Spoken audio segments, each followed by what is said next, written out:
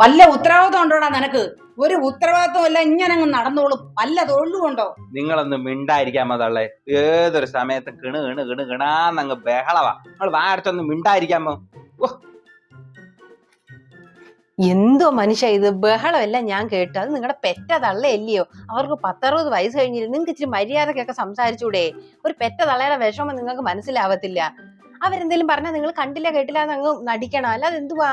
വാ, വന്ന് അവരോട് മാപ്പ് പറ. വാ, ഞാൻ കൂടെ വരാം. വാ ഇങ്ങോട്ട്. അവര് കരഞ്ഞോണ്ട് വെളിയിലോട്ട് പോയി. ബാ, കല്യാണത്തിന് മുമ്പ് എന്നെ ഇച്ചിപ്പോ പറഞ്ഞിരുന്നു പറയാത്തൊരു ചെറുക്കനായിരുന്നു. കല്യാണം കഴിഞ്ഞ് ഈ മൂദേവി വന്നതിന് ശേഷം ആയവൻ എന്നെ എന്തും പറയുന്നത്. എല്ലാത്തിനും കാരണക്കാരി ഈ മൂദേവിയാ.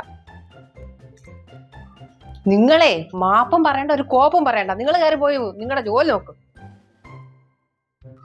മോന്റെ വായിന്ന് വയറ് നിറച്ച് കിട്ടിയല്ലോ രാവിലെ. കയ്യിലിരിപ്പിന്റെ കൂടുതൽ കൊണ്ടാ കണക്കായി പോയി. അയാളെ വർത്താനം കേട്ട് നിങ്ങളോട് മാപ്പ് പറയാൻ ഞാൻ വിളിച്ചോണ്ട് വന്നതായിരുന്നു. മാപ്പല്ല നിങ്ങൾക്ക്.